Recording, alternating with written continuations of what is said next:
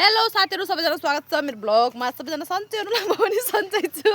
आज चाहिँ म कहाँ जाँदैछु भनेपछि हेर्न सक्छु कोदालो लगेर कहाँ जाँदैछु भन्दाखेरि आज चाहिँ हामी जाँदैछ मेर हाल्न हैन खेतमा। अनि किन मेर हाल्नु पर्छ भनेपछि पानी रोक्नु पर्छ नि त। अब हाम्रो रोपाइ आइराछ साथीहरु। अस्ति माइतको रोपाइ मामा घरको रोपाइ गरेको, अब त्यसपछि हाम्रो रोपाइ आउँछ साथीहरु, हेर्न सक्नुहुन्छ। अनि त्यसपछि हामी मेर हाल्नलाई जाँदैछौँ। हेर्न सक्नु सबजना यता सबजना जाँदैछौँ। अनि त्यसपछि हामी मेर हाल्छौँ। मेरसेर हालेर रोपाइ गर्छौँ। को खोतिर कहाँदेखि अलिअलि ताछेर हामी चाहिँ यसमा माटो हाल्छौँ साथीहरु।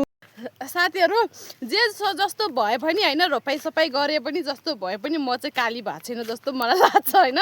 काली भएको छु कि गोरी भएको छु तपाईहरु कमेन्टमा भनिदिनु होला ल, सुझाव सल्लाह दिदिनु होला। अनि त्यसपछि चाहिँ अब काली भयो नि जस्तो भयो नि, अब के गर्ने, यस्तै थोप्रा हात मन पराउने मन पराउनु नपराउने के गर्ने त हैन। अनि त्यसपछि चाहिँ हामी अब मेरसेर हाले पनि यस्तो टिलिक्क परेको घाम छ। यो घाममा अब न सनस्क्रिन न के अर्ग्यानिक मुख लगाएर गए, त्यो थोप्रा लगेर गएपछि काली त भइहाल्छु नि त। अनि त्यसपछि चाहिँ अब के गर्नु, यस्तै छ। अनि हामी चाहिँ अब मेरसेर हालेर टक्क पारेर घरतिर जान्छौँ। सबजना मेरो भ्लग कस्तो लाग्छ हेर्नु होला, अन्तिमसम्म हेर्नु होला सबैजनाले। मेरो भ्लग म कति देखेछु दुईचोटिमा त्यो पनि भनिदिनु होला। यो चाहिँ मेरो बुढाको सर्ट हो, त्यही भएर चाहिँ अलि राम्रो देखियो होला भन्न चाहन्छु है। हाम्रो चाहिँ काम यस्तरी भइरहेको छ हैन। अहिले चाहिँ हामी मेडबाट गइरहेछौँ। उता हाम्रो चाहिँ हेर्न सक्नुहुन्छ उता पनि हुनुहुन्छ काम गर्ने, अनि यता पनि गर्दैछौँ सबजना। जिलाइ कलाइ हुँदैछ किनकि यो घाँस आउँछ नि त दुबो लामो लामो, त्यही भएर चाहिँ हामी जिलाइ कलाइ गर्दैछौँ। नजिकाउँछ सुनेर पनि नसुन्नु होला। त्यही भएर चाहिँ हेर्नुहोस् न यस्तो पसिना आयो कि साथीहरु, यति पसिना आयो, यति गर्मी छ, यस्तो गर्मी छ के गर्ने होला यो गर्मीमा।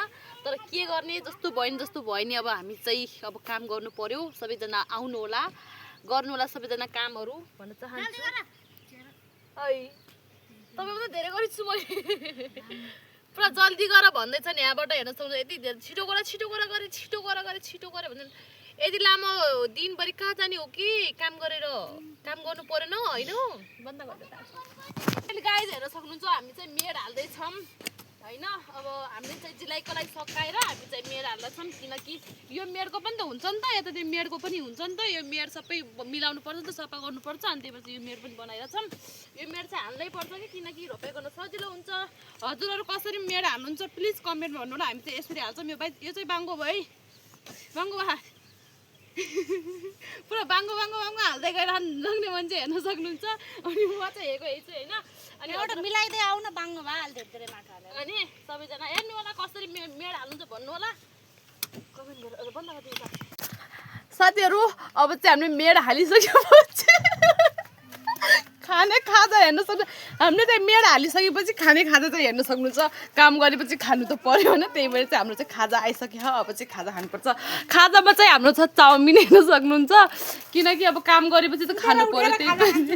त्यही पछि चाहिँ अब हामी आधी मेड हालिसकेको छौँ, अब फेरि आधी मेड हाल्छौँ। त्यसैले चाहिँ अब भोक लाग्छ नि त। अनि त्यही भएर चाहिँ हामी चाहिँ खाजा खाँदैछौँ साथीहरु।